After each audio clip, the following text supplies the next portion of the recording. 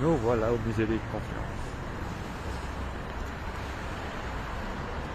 Allons voir ce qu'il y a dedans.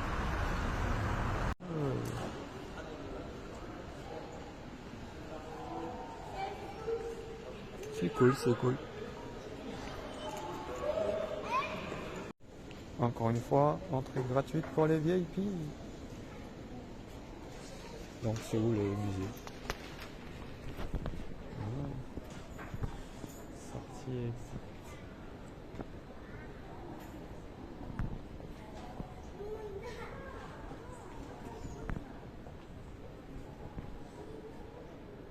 Accès. C'est par là, votre avis? Waouh, c'est la sortie. C'est par où l'entrée? La sortie, c'est pas là, l'entrée, c'est de l'autre côté. Ah, faut monter en haut? Non, je cherche l'entrée en fait.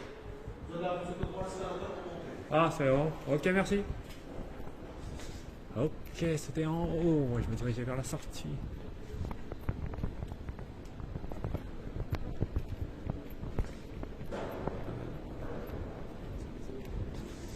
On va voir la vue. Tant qu'on est là. Je me demande ce qu'il y a d'exposé en ce moment.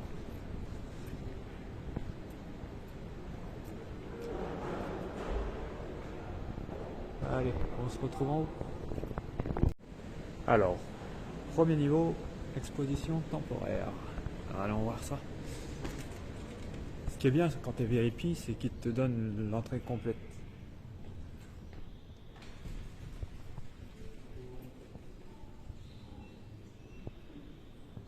Qu'est-ce que c'est?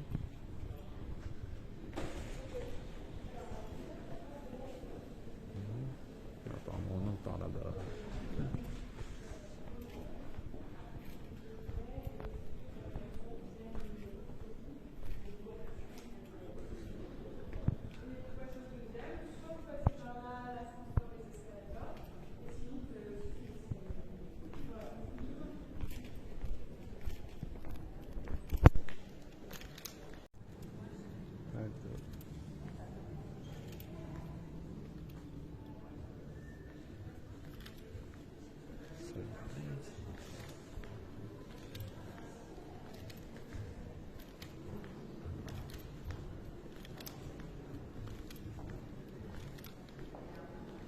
Secret de la Terre.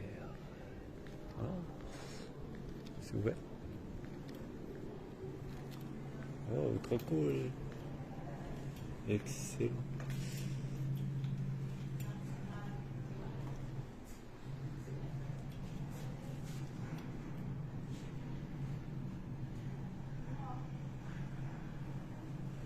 Ah, des pieds.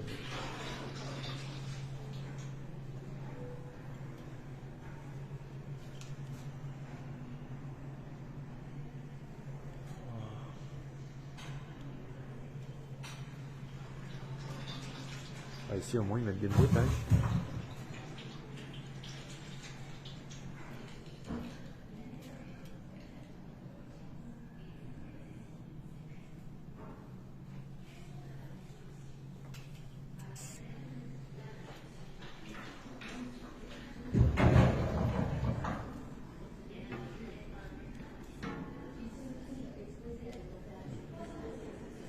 Bonjour.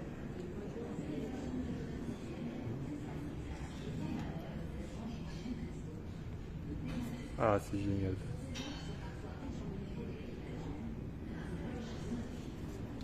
J'aime trop tous ces trucs.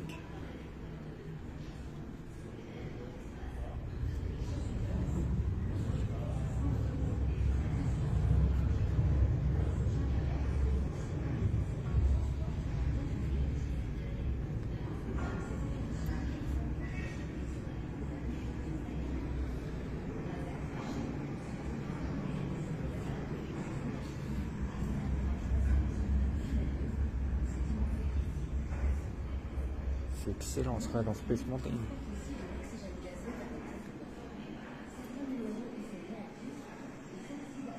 Enfin, à une époque, Space Mountain, en tout cas dans le 1, l'entrée elle était à peu près comme ça, sombre, avec des planètes. Je sais plus si c'est encore le cas aujourd'hui.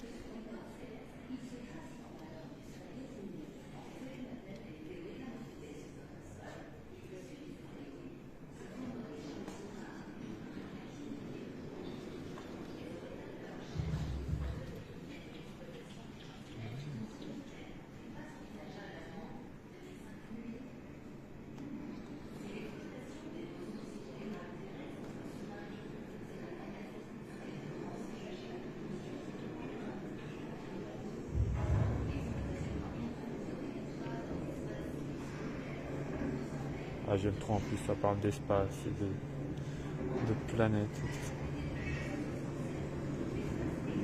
Je sais pas si vous entendez, mais il y a une voix off qui parle de planètes et d'espace. Je suis au paradis.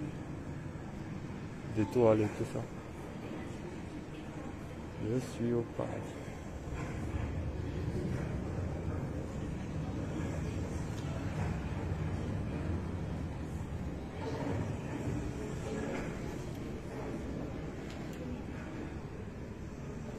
Mes chers amis,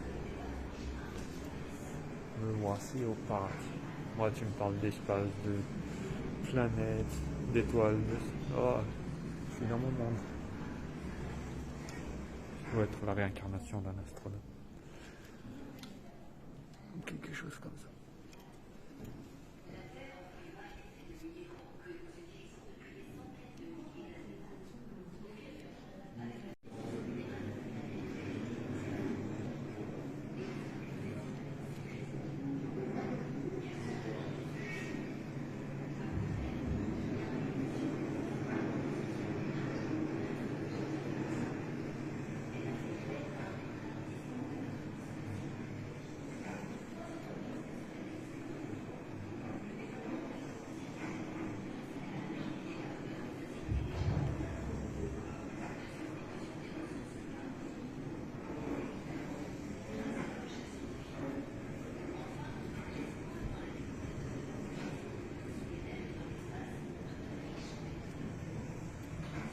J'étais déjà là.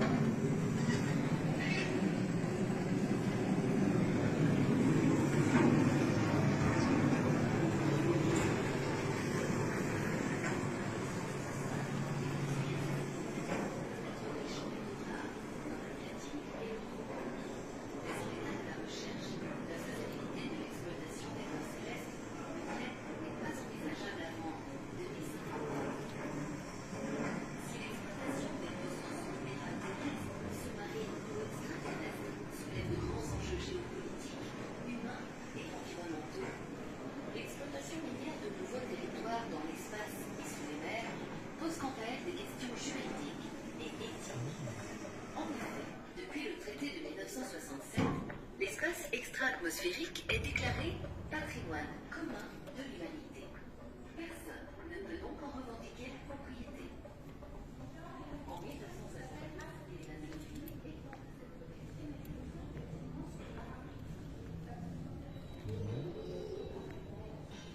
Sorti là.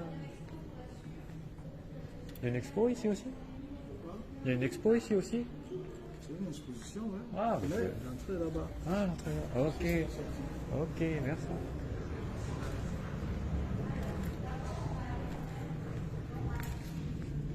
Afrique mine.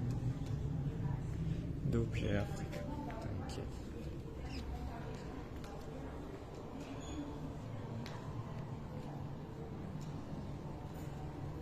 Ah, on retombe dans les vaudous.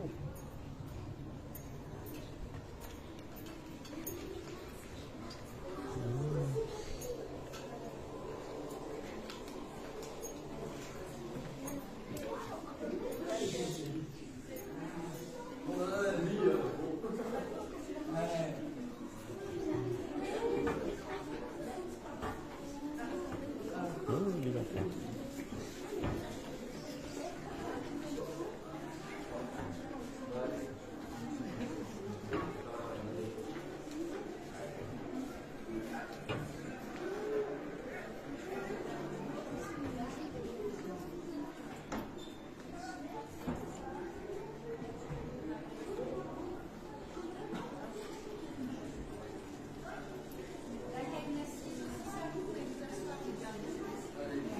Ah, c'est clair que si vous avez des enfants, vous les amenez ici. C'est un parc d'attractions pour eux.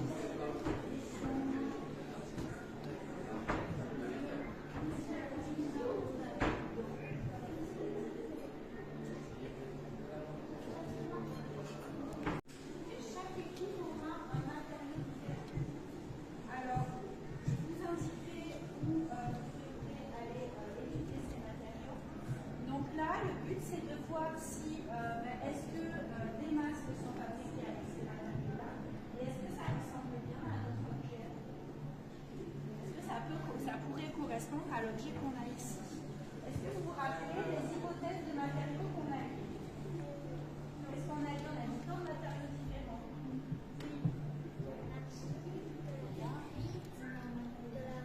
C'est pas le vieux Rafiki là dans le royaume.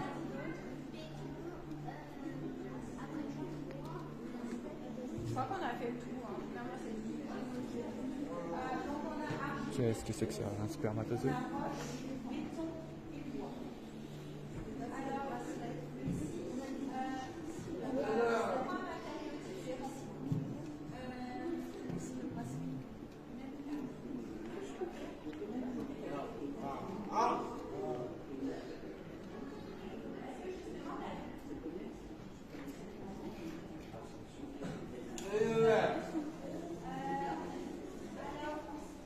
il y a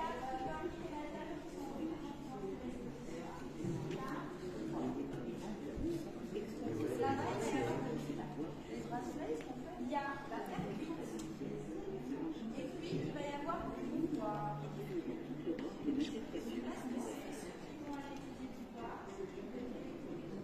Au XVe siècle, le commerce des ivoires s'intensifie avec l'expansion maritime portugaise et la découverte en 1407 de la Sierra Leone, puis des puissants royaumes de Bénin et du Congo.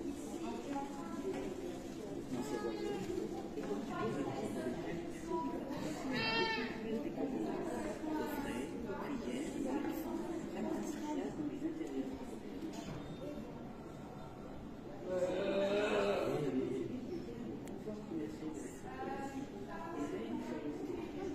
Voilà, lorsque vous vous plaignez de votre situation, n'oubliez pas que les gens en fauteuil roulant vous voient marcher, courir, danser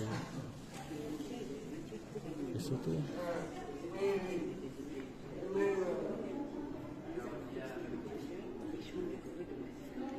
Ils sont l'aide de personne. Et le savoir-faire des populations installées dans le sud-ouest.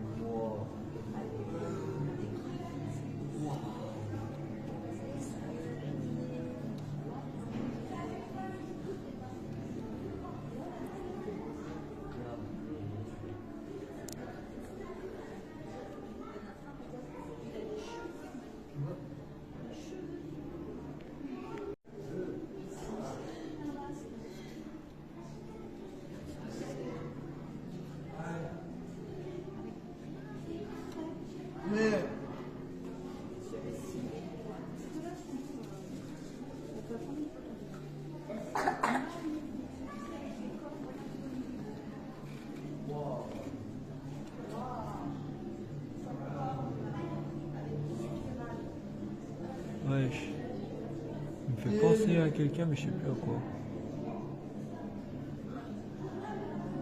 Un personnage de BD. Bande dessinée. Ça, c'est Iron Man Africa.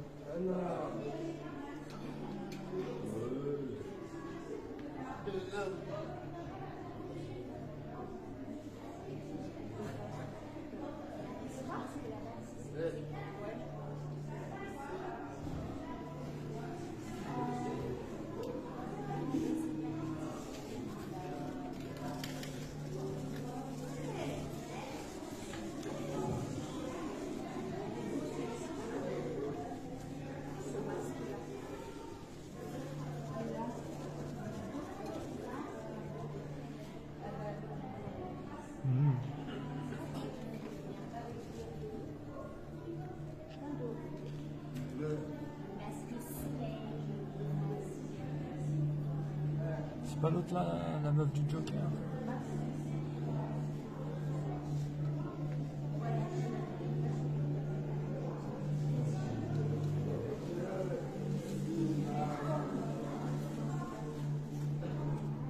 On l'a déjà vu. Allez, on repasse un petit tour.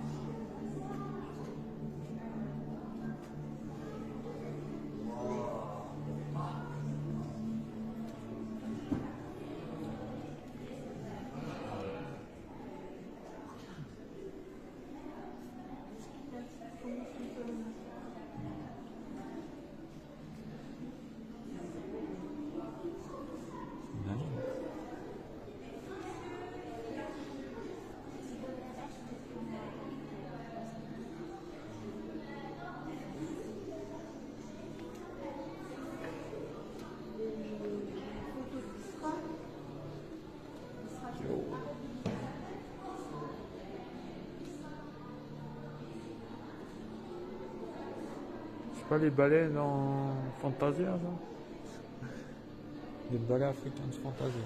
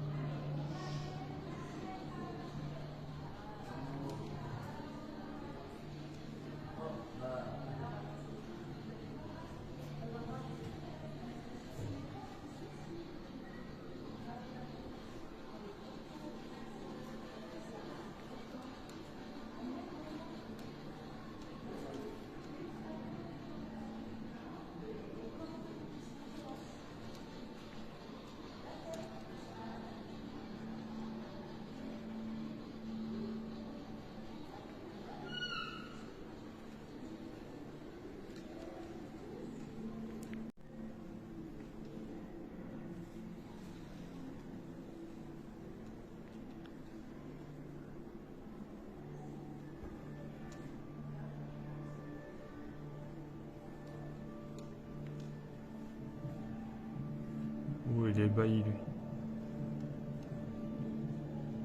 Il n'est pas encore réveillé.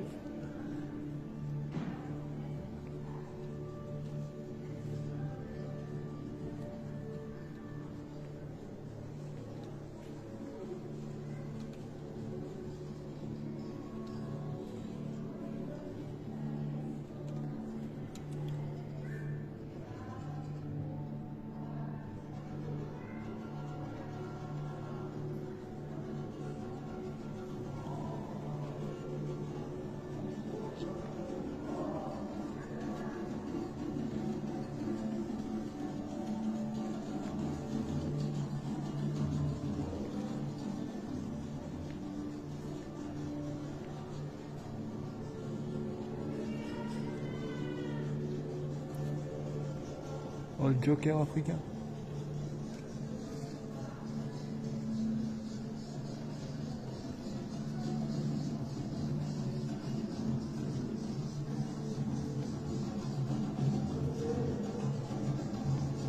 Spider-Man africain. Et... je sais pas lui ici. C'est l'autre là, comment il s'appelle? Pierrot africain. Double face. Lui c'est mon ancien voisin. Comment il s'appelait? Aruna.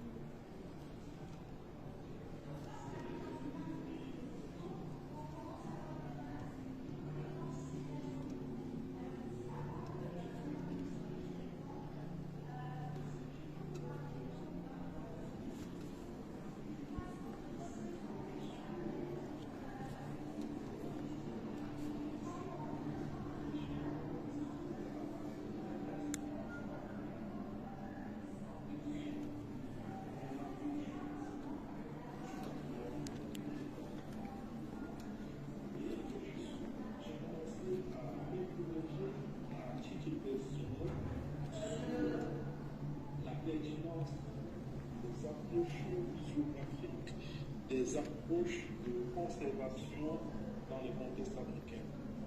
L'objet en Afrique, c'est pas le roi. Ce sont des objets vivants qui ont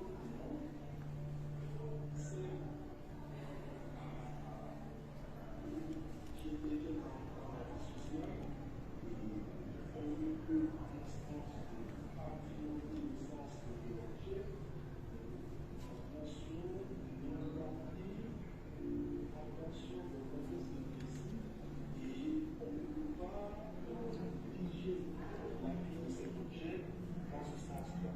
Ce que le philosophe Suleiman Bachir appelle les objets ensemble.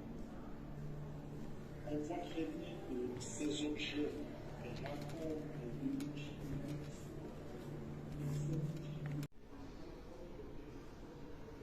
Je me demande si pas le faire à la fin celui-là. Si, allez. Ouais. Oh, des squelettes de dinosaures, c'est génial.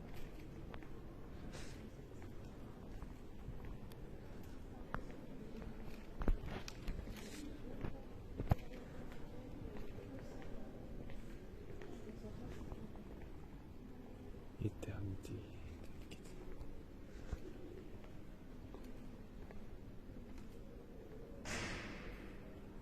Allez, éternité.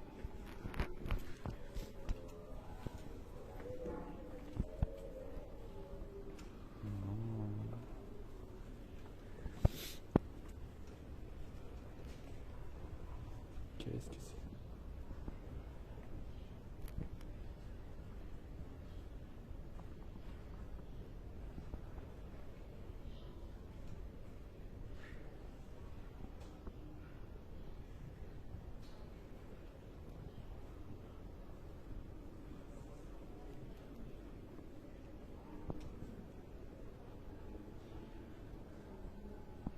Qu'est-ce que c'est comme ça? T'inquiète. La mort. Oh, j'ai mis.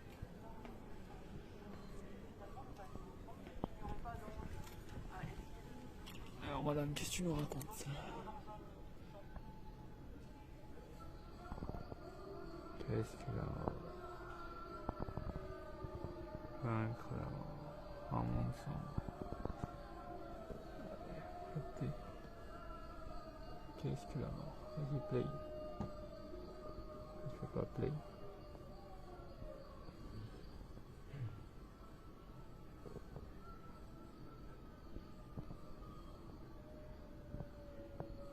Ouais, en même temps la mort, on s'en fout. Allez.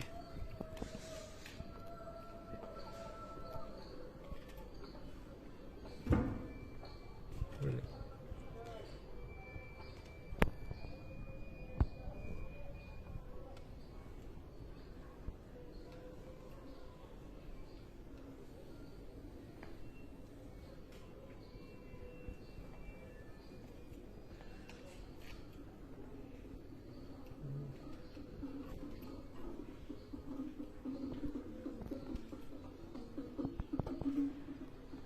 On retombe dans les trucs africains.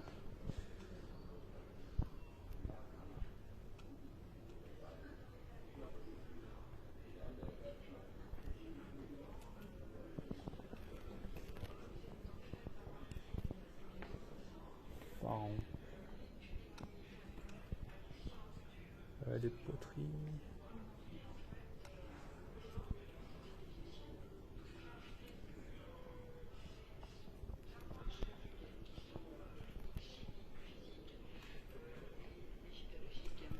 Il faut aussi bien un égyptologue pour lire ce qu'il a écrit sur le cercueil. Oh.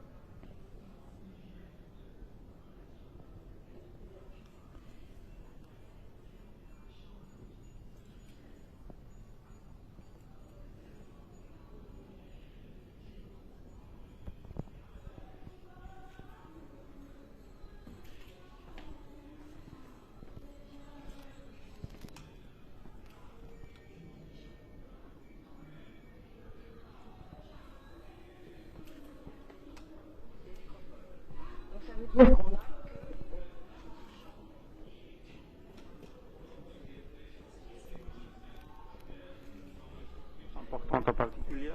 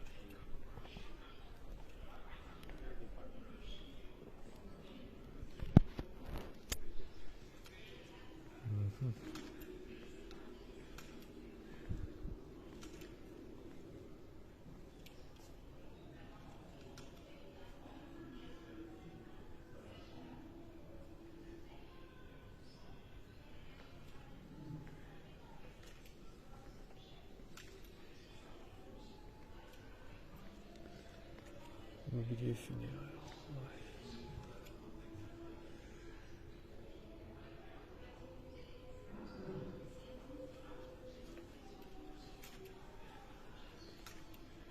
Ouais. Oh.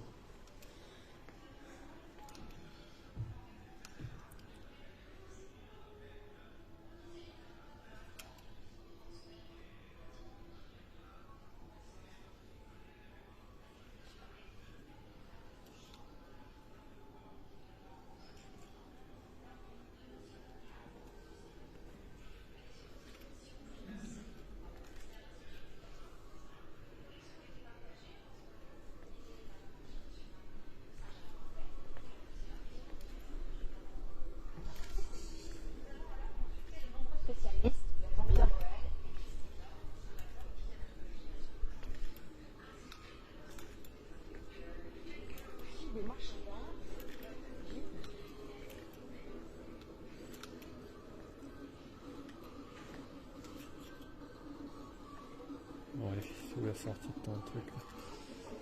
Pas intéressant. Machin.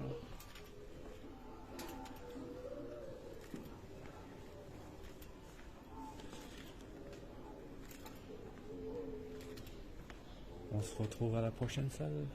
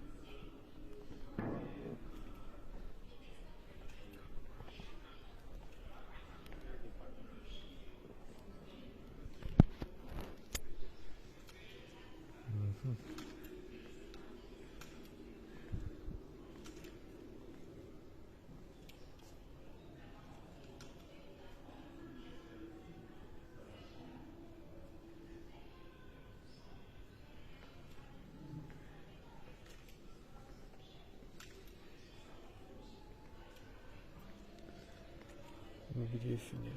Ouais.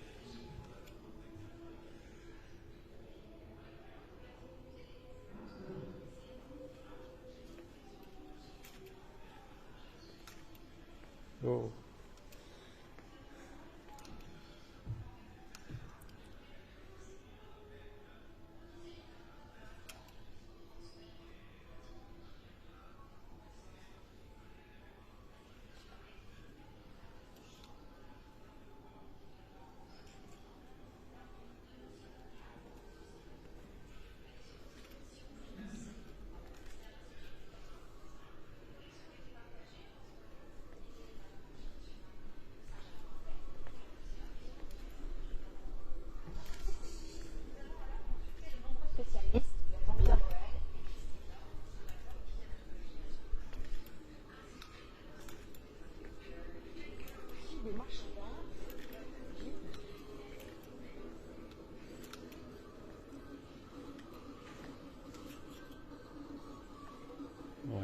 la sortie de ton truc.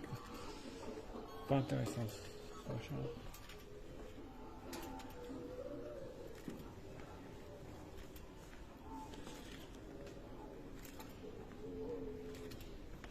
On se retrouve à la prochaine salle.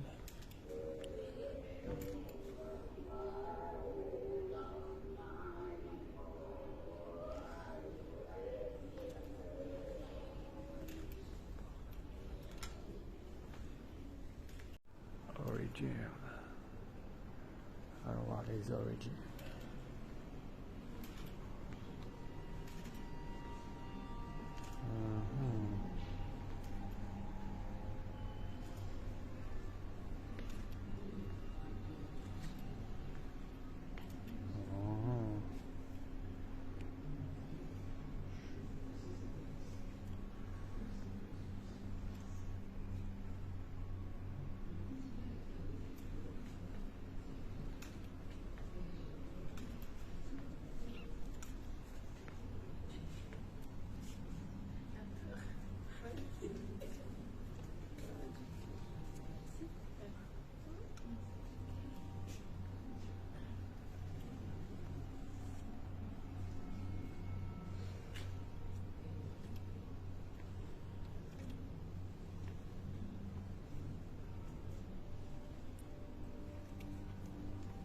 Des animaux.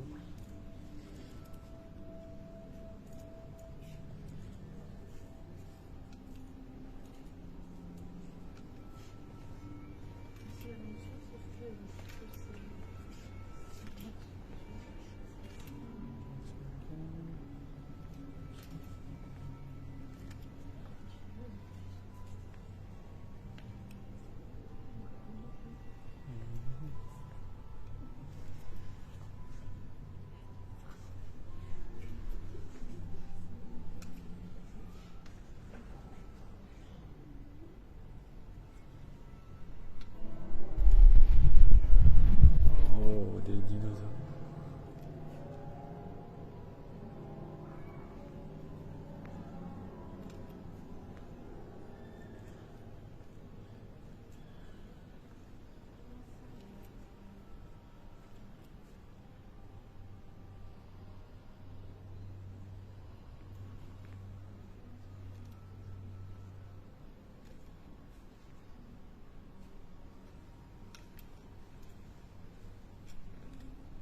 Voilà.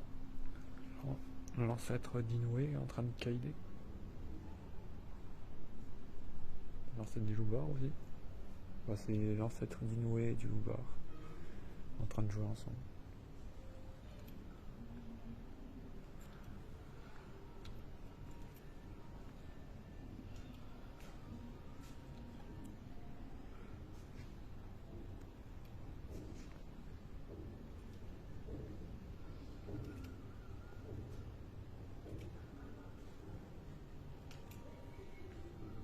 Ça c'est dans Pocahontas.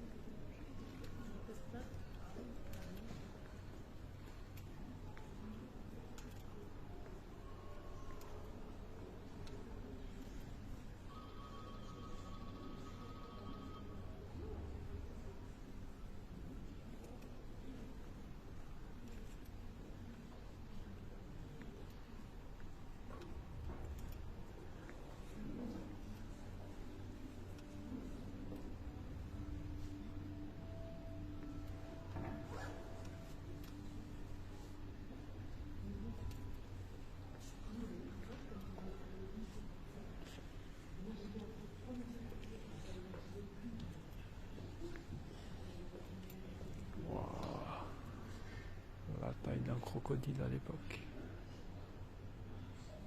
Géant.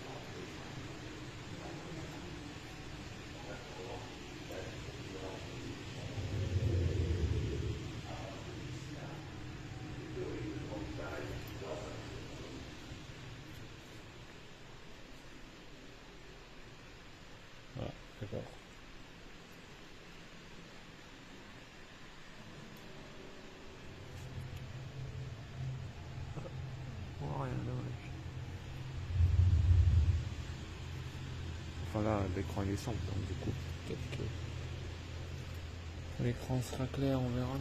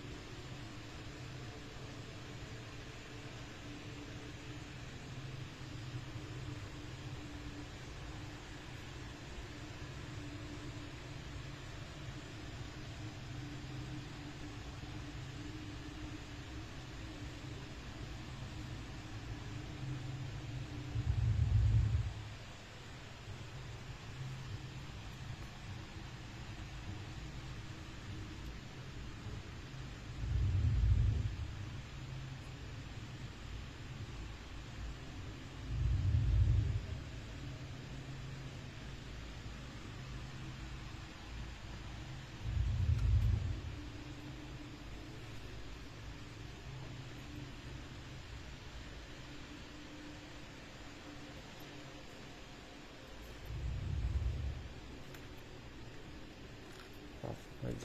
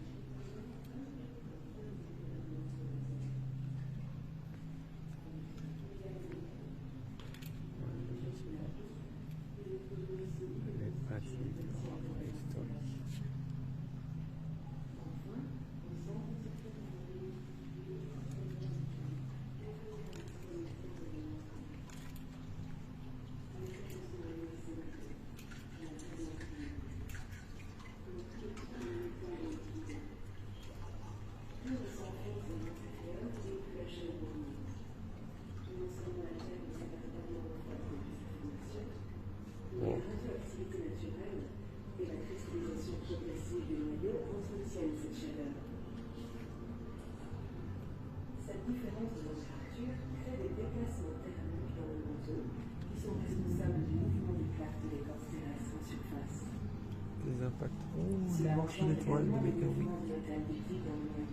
Qui génère des courants électriques à l'origine du champ magnétique terrestre. Ah là, je suis dans mon monde. C'est possible de toucher. Oh. La planète Terre tourne autour d'une étoile, le Soleil, avec un certain nombre d'autres corps célestes. La configuration et la composition de ces différents corps sont liées à leur taille et à leur distance par rapport au Soleil. Ainsi, Ah là, je suis dans mon niveau là. au Soleil, la température externe de tous les éléments volatils est soufflée par les vents solaires.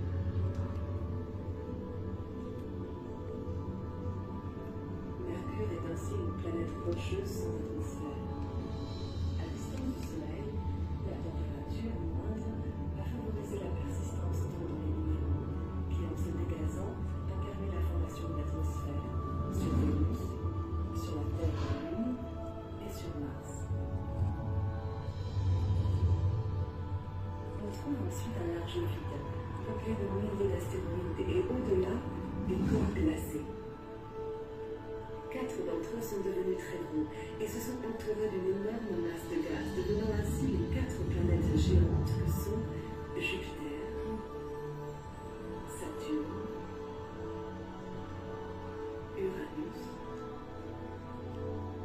et Neptune. Les autres, Oh, restés plus petits, je sont suis à mon devenus niveau là, assez je suis vite. Au-delà encore, de nombreux petits crêpes glacés, parmi lesquels Pluton et Charon constituent la ceinture de Kuiper. Il n'a fallu que 100 millions d'années pour que ce système solaire se mette en place. Il y a de ça 4,6 milliards d'années. Entre moins 10 et moins 5 milliards d'années, une étoile, après avoir consumé toute son énergie, est morte en expulsant toute sa matière de l'espace. C'est ce qu'on appelle une supernova. Notre système solaire et tout ce qu'il contient, y compris la Terre, les montagnes de l'Himalaya jusqu'au sang qui coule de l'hiver, tout cela a la même origine. Nous sommes tous constitués de cette poussière d'étoiles. C'est ainsi qu'il y a un peu plus de 15,6 milliards d'années, à la périphérie de notre galaxie, la Voie lactée, un vaste nuage de gaz et de poussière d'étoiles se forme. Ce nuage est immense, plusieurs milliards de kilomètres de diamètre. C'est la lumineuse professionnelle. On trouve déjà les éléments qui composent actuellement notre système solaire.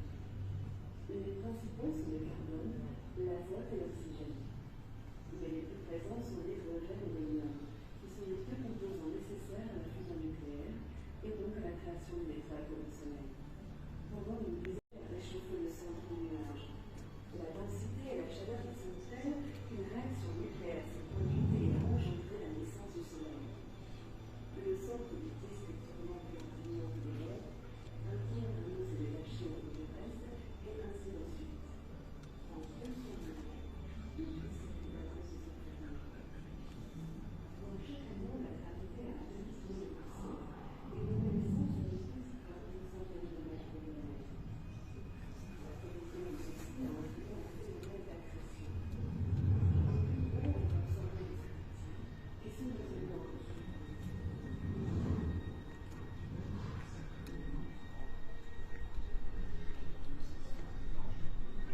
et sont devenus en développé par Fred Hoyle rend compte des observations de Hubble en invoquant une création continue de matière. Ce modèle connut son heure de gloire, mais il fut finalement abandonné. Il n'arrivait pas à donner une explication satisfaisante à la découverte du fond diffus cosmologique. Plus récemment, des alternatives à la relativité générale ont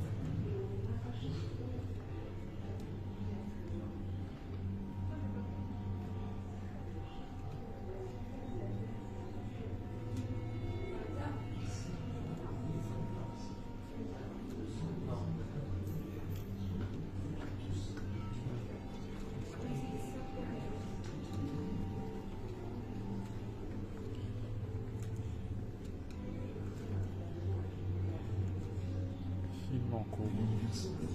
Prochaine séance dans 12 minutes. Trop génial. Essayons d'aller voir plus loin.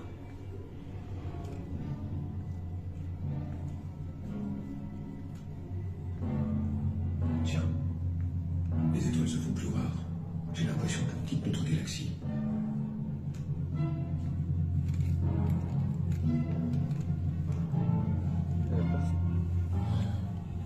Nous avons eu raison de venir jusqu'ici. Le spectacle en vaut la peine. Nous avons devant nous la galaxie d'Andromède. Elle est constituée de plus de 1000 milliards d'étoiles. Et oui, 1000 milliards. C'est donc cela une galaxie, un univers-île, comme l'imaginait le philosophe Emmanuel Kant. Nous sommes à 2,5 millions d'années-lumière de la Terre, plus de 2 millions d'années dans le passé. L'Homo sapiens n'est même pas encore apparu sur Terre. Finalement, plus on regarde loin, plus on regarde dans le passé.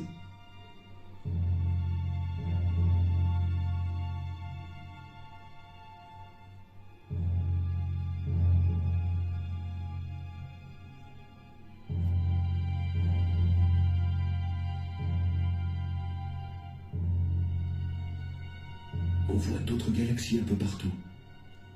Oh, je ne sais pas laquelle choisir. Partons au hasard.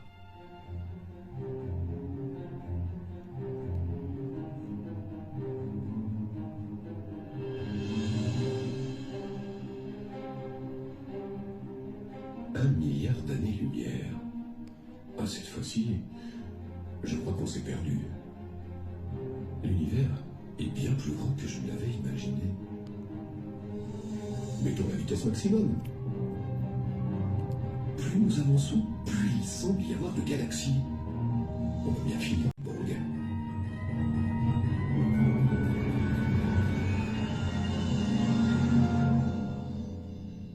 J'ai comme l'impression que nous sommes au bout du voyage.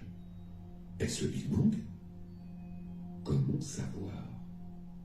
Il me semble que les lunettes comportent un audio guide intégré. Voyons si je peux l'activer. Voilà. Bonjour, bienvenue sur le Cosmoguide. Nous allons effectuer la localisation spatio-temporelle. C'est drôlement bien fait, ces lunettes. Vous êtes actuellement à moins 13 milliards 699 millions et 600 000 années en temps relatif Terre, soit 400 000 ans après le Big Bang. C'est la période du découplage matière-rayonnement, c'est-à-dire l'instant précis où la lumière se sépare de la matière.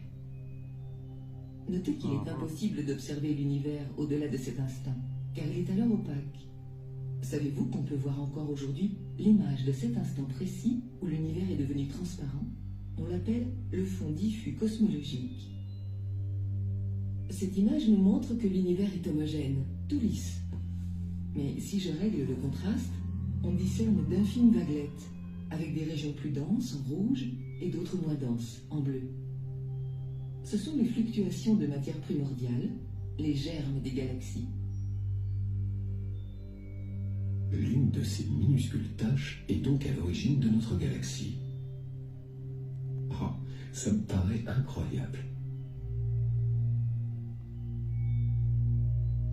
Attention, je procède maintenant à l'activation automatique du filtre pour observer la matière noire. Vous voyez, le temps a repris son cours normal. Nous nous éloignons du Big Bang. On commence donc à faire le chemin en sens inverse. Observons ce qui se passe. Le principal acteur de cette drôle d'histoire, c'est la gravité.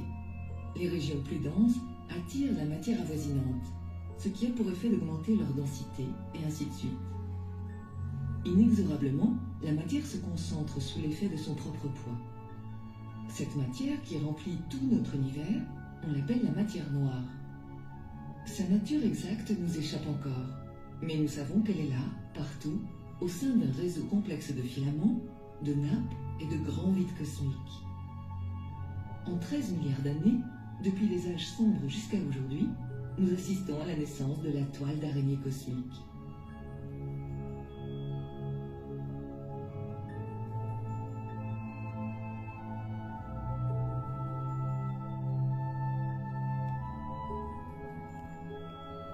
Bon allez, j'arrête ici. Si vous voulez regarder la suite, eh bien, venez visiter. Ciao, à tout à l'heure. Alors, nous voici à Société.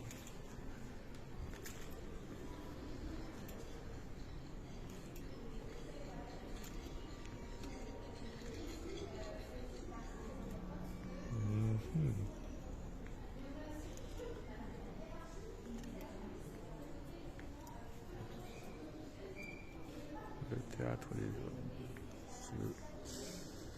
Ah, cocotte minute. Ah, j'ai des pièces de musée chez moi, ça veut dire.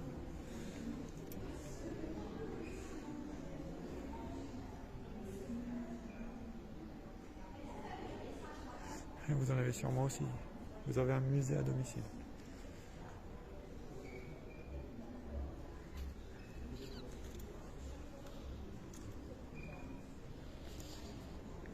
Oh, Minitel, t'inquiète.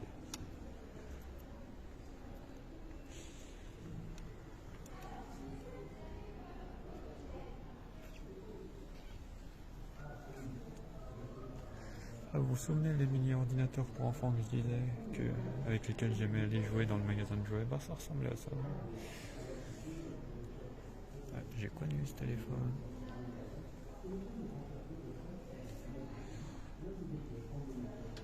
Non, celui-là non.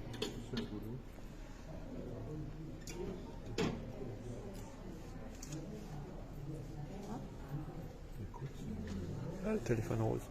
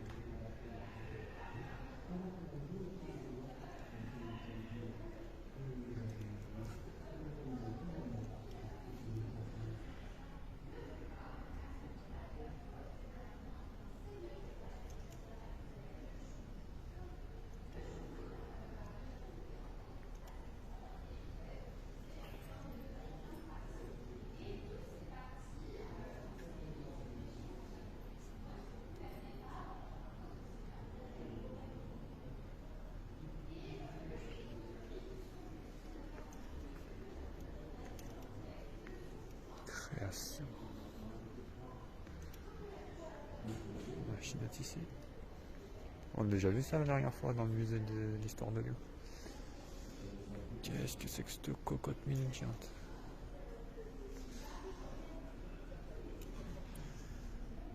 Alors, la vente fabrique lyonnaise. Vas-y, play. Au XVIe siècle, Lyon, place marchande et financière, développe une activité de tissage de la soie. Ah, on avait appris ça la Très bien dernière fois. située géographiquement, la ville concurrence les autres centres de production en France comme en Italie. La production de la soie s'organise au sein de la grande fabrique lyonnaise. Peu à peu, elle passe du quartier du Vieux-Lyon à la colline de la Croix-Rousse.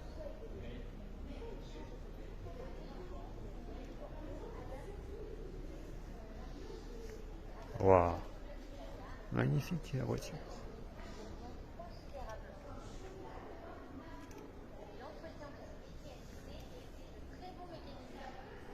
Petite de c'est une étrange feuille. On lui sacrifie tout, même le temps.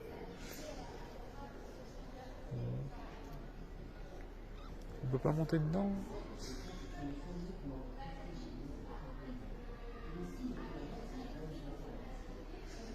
Ah, je me vois bien conduire ça, ça a l'air drôle.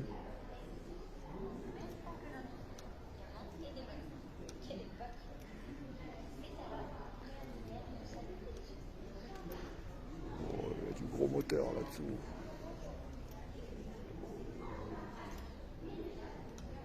À l'époque, ils savaient faire des belles choses. C'est comme pour les immeubles. À l'époque, ils savaient les faire, maintenant, ils savent plus.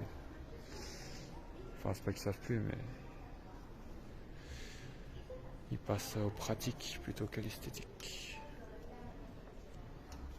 Ouais, gros moteur, ça.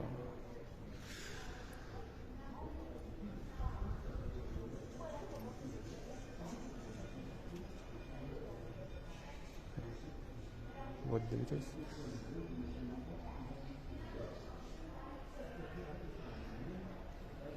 N'empêche, tu mets un gros moteur là-dessous, là. Un gros slipper de tonne. Le meilleur slipper du monde.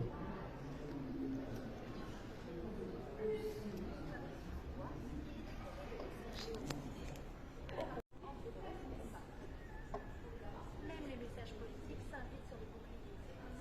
Là encore, l'objet change de fonction. Un overboard. Ah non. C'est ça.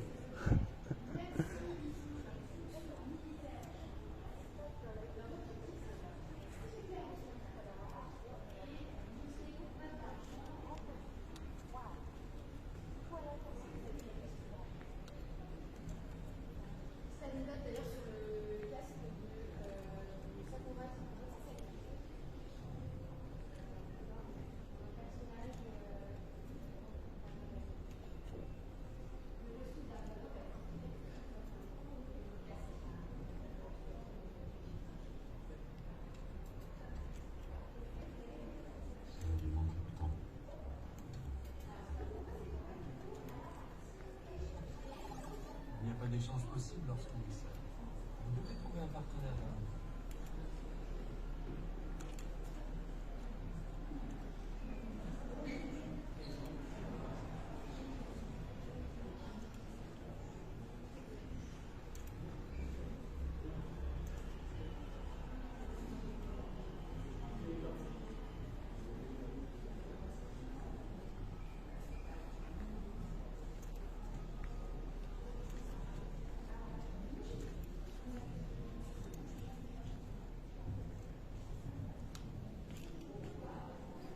Bonjour.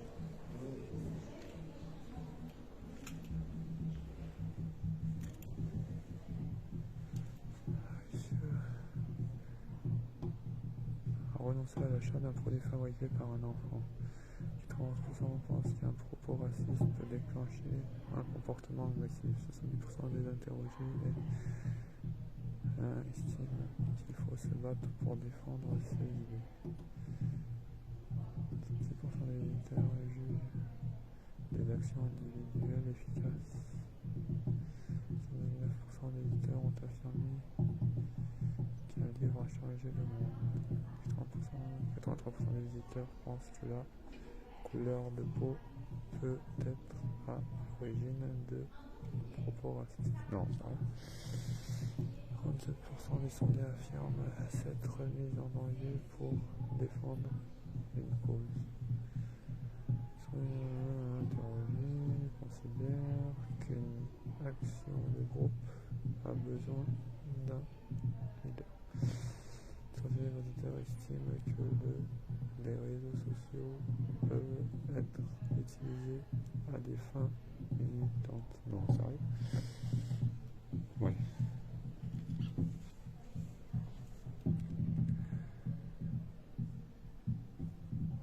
Ouais, c'est bien. Au revoir.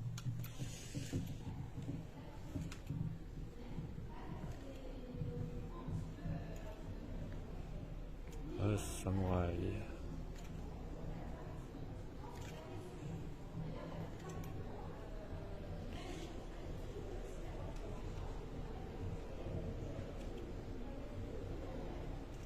Ah ouais, même le cheval avait une armure.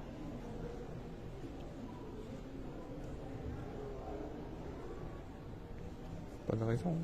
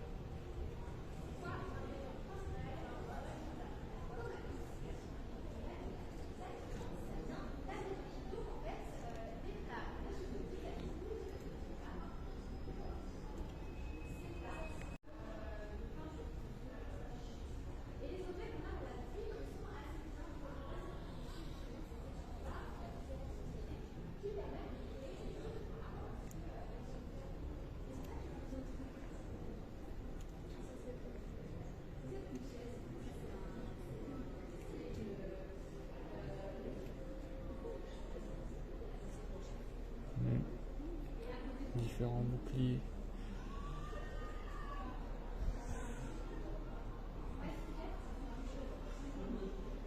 Plus on avance dans le temps, plus les armes deviennent sophistiquées. Vous savez ce qu'on dit? Qui veut la paix prépare la guerre. C'est-à-dire, si vous voulez vivre en paix, il vous faut avoir une énorme armée pour que personne ne vous attaque en fait. Parce que si vous n'avez pas d'armée, il y aura toujours quelqu'un pour vous attaquer. Donc oui, si vous voulez la paix, il faut s'armer à mort. Au maximum.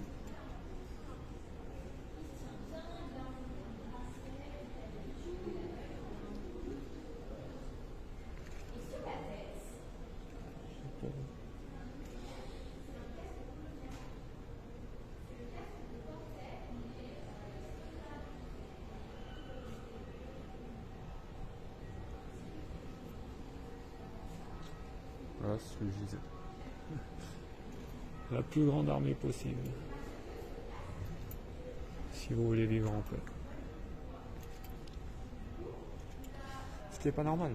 Dans un monde normal, il n'y aurait même pas besoin d'armée ni rien. Rien de tout ça. Si les gens ne chercheraient pas à attaquer les autres.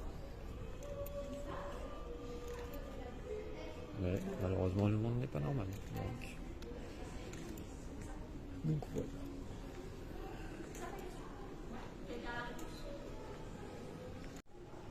Espèce d'icunas.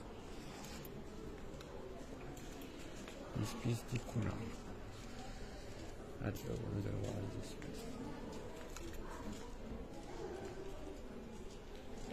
Bon, là, ça a l'air d'être le meilleur, donc on commence par là.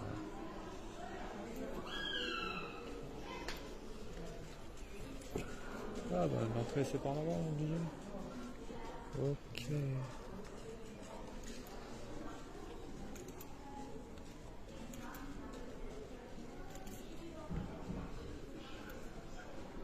Sphinx. Tu as pas le nez pété celui-là. Bon d'ailleurs pour tous ceux et celles qui se demandent pourquoi le nez du sphinx est cassé, en fait c'est à l'époque, ça remonte à l'époque où les gens ont compris que les pharaons n'étaient pas des dieux. Ils sont allés détruire tous les symboles de ces faux dieux et lui casser le nez, c'était pour le défigurer en fait. Ils voulaient faire en sorte de le défigurer, donc ils sont montés lui casser le nez histoire de le défigurer pour dire t'es qu'une arnaque, t'es pas un dieu, machin machin. Et voilà pourquoi le nez est cassé. Parce qu'apparemment ils attachaient une grande importance au nez à l'époque. Enfin, c'est ce qui marquait le visage, je sais pas quoi. Enfin, ils voyaient ça comme... Et casser le nez à quelqu'un, enfin lui enlever son nez, c'était le défigurer. Et donc voilà. Quand ils ont vu que les pharaons et tout ça n'étaient que des charlatans, comme je disais la dernière fois, ils sont montés lui casser le nez. C'est ce que j'ai compris. Enfin, c'est une déduction que j'ai faite. Quand je regardais une émission sur les pharaons et tout, ils disaient l'importance du nez chez les pharaons. Et donc, aussi ils ont parlé de la révolte qui voulait détruire tout ce qui rappelait les pharaons, les trucs comme ça. Et donc pour le défigurer, je me suis dit c'est sûrement eux qui sont montés lui casser le nez pour casser le symbole en fait. Et je suppose que c'est ça. La réponse à la question. Tout comme la civilisation maya qui a disparu, en fait elle n'a pas disparu. J'ai regardé plein d'émissions et la conclusion c'est qu'ils ont fui la sécheresse en fait. Ils ont abandonné des villes qu'ils avaient construites parce qu'ils ont vécu une énorme sécheresse, du coup ils ont immigré vers le nord ou vers le sud dans des lieux où comment ça s'appelle, où il n'y avait pas de sécheresse. Et du coup ils ont abandonné leur principale ville, ils en ont construit d'autres. Et la dernière fois, j'avais vu qu'il y a entre, je crois, 10 et 15 millions de descendants directs des Mayas dans les pays je sais plus c'était où, au Paraguay, je sais pas où. Enfin, dans les pays autour, quoi. L'Amérique du Sud. Il y a toujours des Mayas, des descendants directs des Mayas. Même si la culture a disparu et tout, mais les Mayas existent encore. Ils n'ont rien disparu du tout.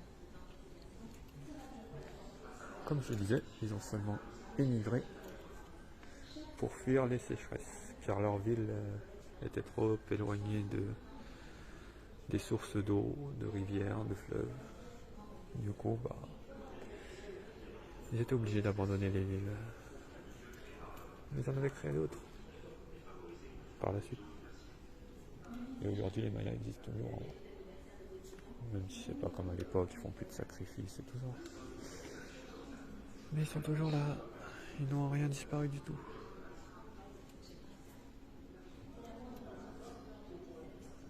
D'ailleurs, tout comme Christophe Colomb n'a pas découvert l'Amérique, étant donné qu'il y avait déjà des habitants, donc certains l'avaient découvert bien avant lui. D'ailleurs, ils avaient retrouvé des constructions, comment ça s'appelle, Ah, comment il s'appelle le peuple Ah, le peuple là d'Écosse, là, comment il s'appelle déjà? Ah, attendez, je reviens, je dois couper la vidéo. Alors, comme je disais, Christophe Colomb n'a rien découvert du tout en fait. Il a seulement popularisé l'Amérique en Europe, parce qu'en fait ils avaient retrouvé des anciens vestiges des Celtes qui remontaient à plus de 2000, entre 2000 et 3000 ans. Du coup, ça signifie que bien avant Christophe Colomb, les Celtes avaient découvert l'Amérique. Mais ils l'avaient gardé pour eux, ils ne l'avaient pas popularisé. Et d'ailleurs, il y en a aussi qui disent que les Indiens d'Amérique à la base étaient des Asiatiques. Et c'est eux qui avaient découvert ce nouveau monde. Et comme il n'y avait personne, ils s'y sont installés pour y vivre. Ouais, Christophe Colomb n'a rien découvert du tout en réalité. C'est une arnaque ça aussi.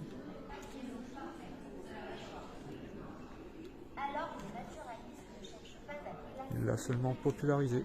Tout comme les pâtes, c'est chinois, c'est pas italien. Eux aussi, ils l'ont seulement popularisé en Europe.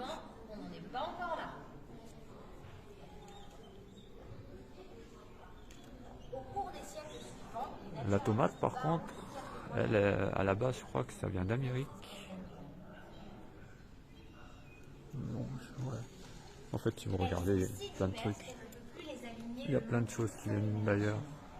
Qu'est-ce que l'on pense? Oh, on est dans la préhistoire. Ouais. Chameau, dromadaire, Todane.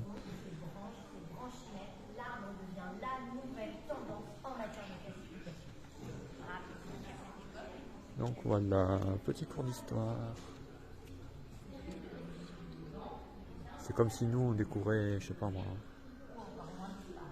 on découvrait un nouveau produit dans un inconnu en Europe, dans un pays autre que l'Europe, ou même en Europe, même un produit que personne ne connaît. Genre on creuse et on découvre quelque chose. Non, un truc hors d'Europe. On le ramène en Europe et on le popularise. On le fait connaître. Ils vont tous dire que c'est nous qui sommes à l'origine. Mais en fait, non.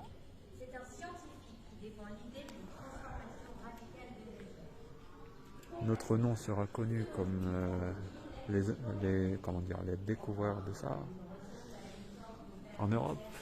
Et sûrement qu'à l'école, ils apprendront aux enfants que c'est nous qui l'avons créé ou inventé. Ce qui est faux.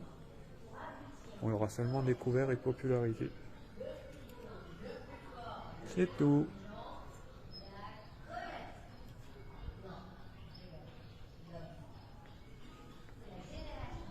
Hey, Pumba.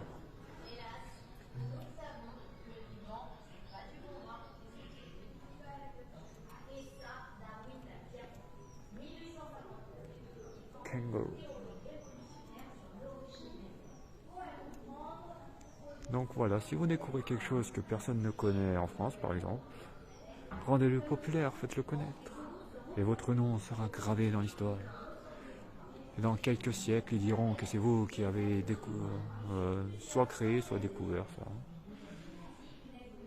Alors qu'en fait, ça existait déjà, mais c'était seulement pas populaire. Ce n'était pas connu. C'est ouf. C'est ouf.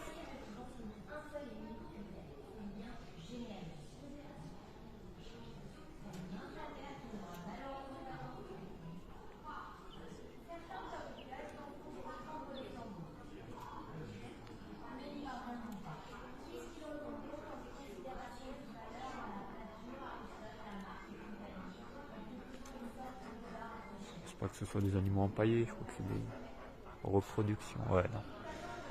Ce sont des reproductions d'animaux en bois, sûrement, ou quelque chose. Ouais, c'est bien. Ouais, ça s'allume quand on s'approche devant, c'est bien.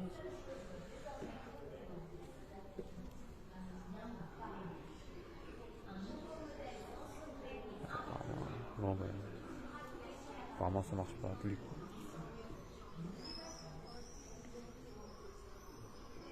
Ou alors ça s'allume par intermittence, suivant un schéma bien précis.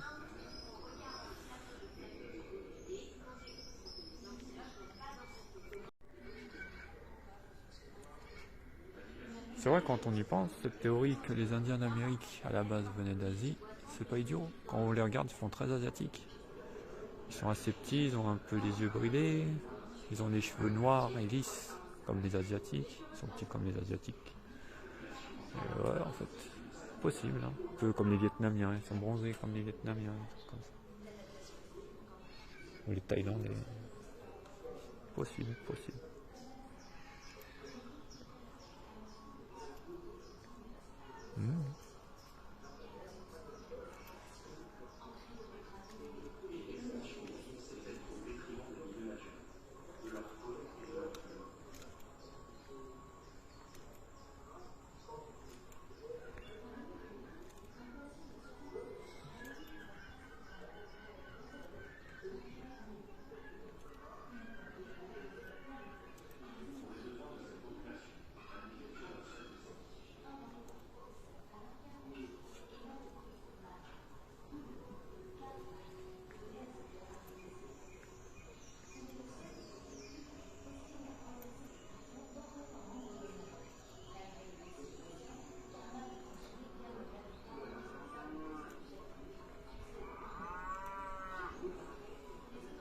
Bah, il vient. Ah, mais il a l'air surélevé, c'est pour ça. Ouais. Change de couleur. Au même titre qu'une centaine d'espèces qui lui ressemblent, cet animal est couramment qualifié d'antilope. Les antilopes appartiennent à la grande famille des bovidés.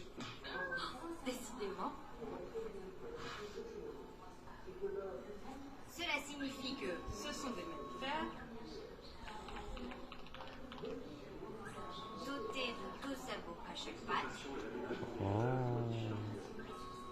et de corps formés d'un étui corné creux.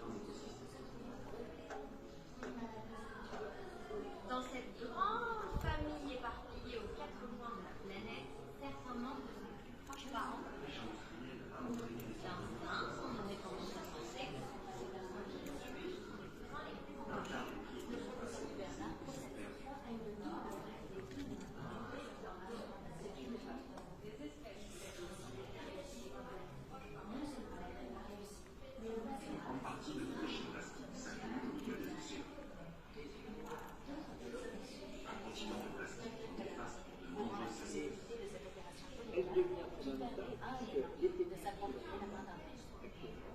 Le sens de l'évolution n'est plus de développer des outils d'interface.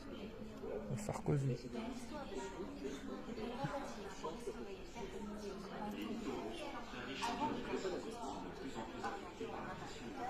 L'Italien Giambattista Della Porta proposait déjà au XVIe siècle des prothèses en bois reproduisant la forme d'oreilles d'animaux à l'unité.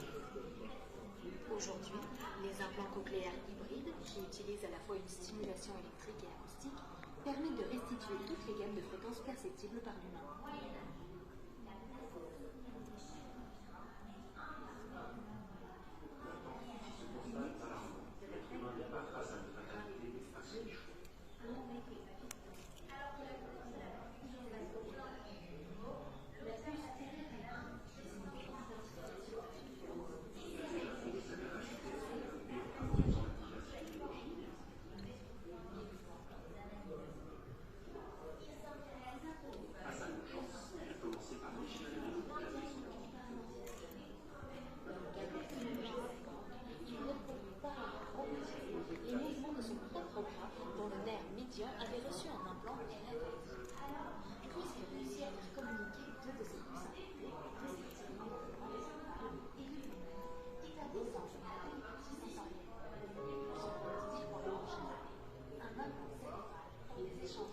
Hey, Brian.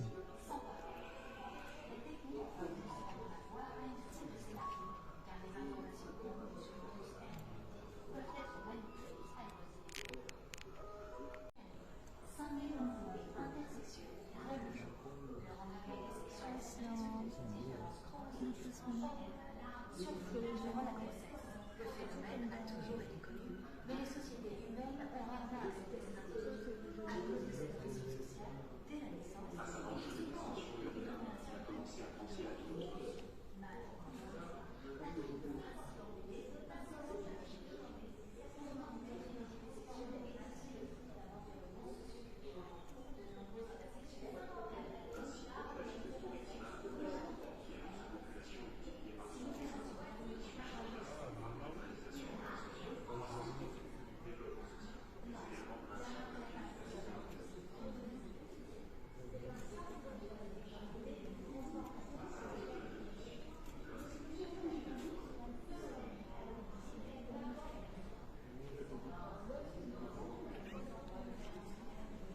je crois qu'on a tout vu. Hein.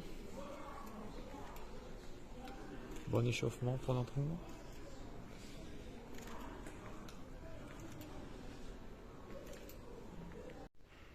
Allez, voyons voir. Apparemment, il n'y a pas d'autres pièces à explorer. Allons voir. Allons voir la terrasse.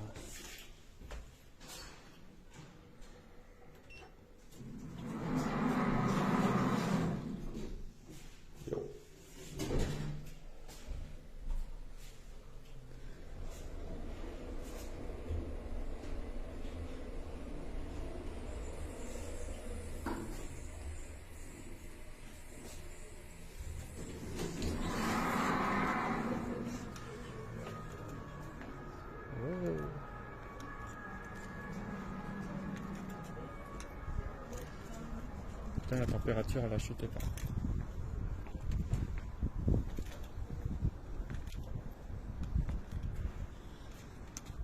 Temps 2 secondes. Merci.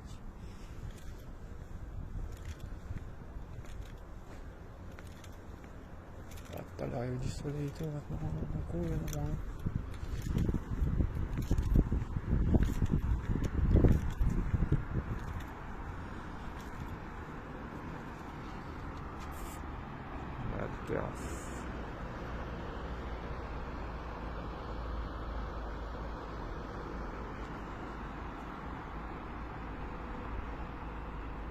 Bon allez, c'est l'heure de rentrer.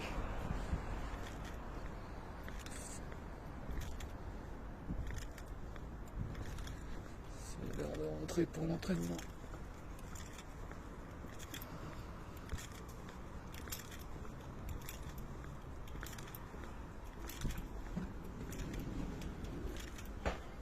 Je pense qu'il n'y a pas une autre vue là.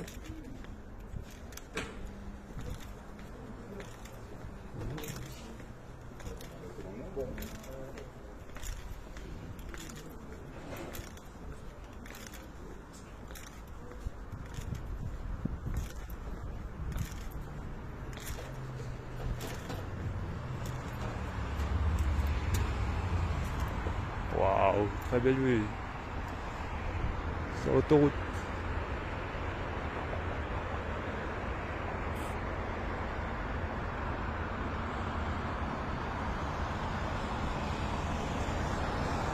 Oh, Tricard. Regarde motorisé. Oh, c'est Chips. C'est Chips version lyonnaise, française.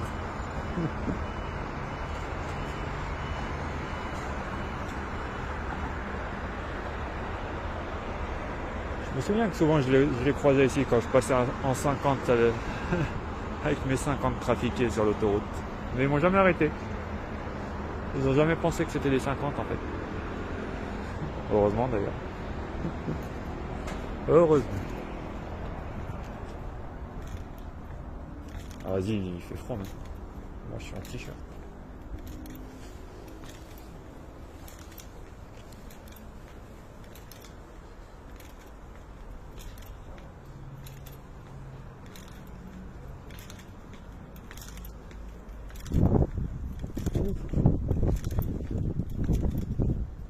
C'est bon là, ouais.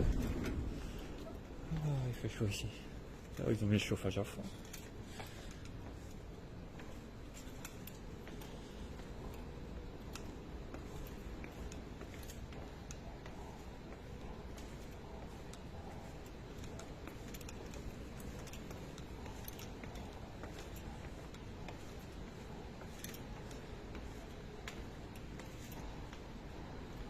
Bon, allez.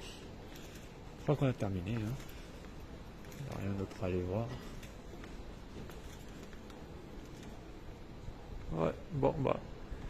On se dit ciao tout le monde, à la prochaine pour de nouvelles explorations et aventures.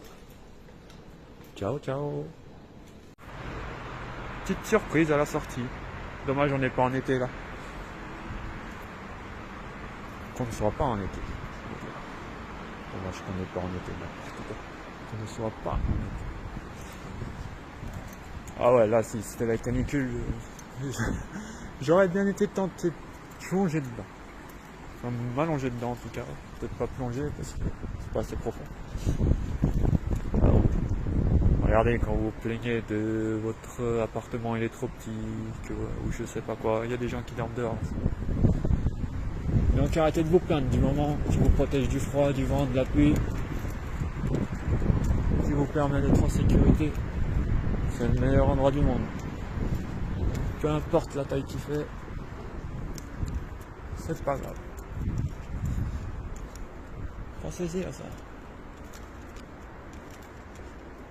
Ouais, il y a des gens qui dorment dehors et tout.